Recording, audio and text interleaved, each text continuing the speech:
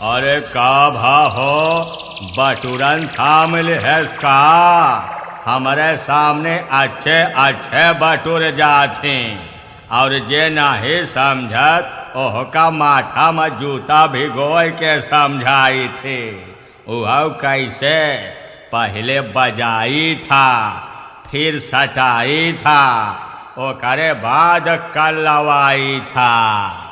हम है happy DJ Tanda शहर जिला अम्बेडकर नगर वाले।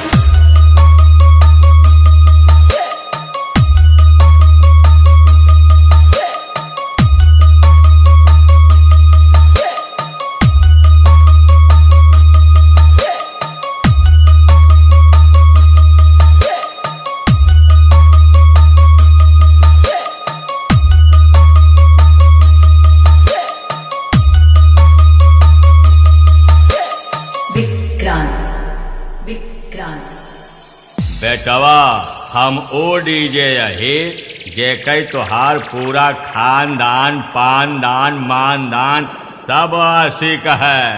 तोहरे जैसा कितना लवंडा हमारे गाड़ी का वीडियो बना के स्टेटस डाला थी स्टेटस। हम है हैप्पी डीजे टांडा शहर जिला अम्बेडकर नगर वाले।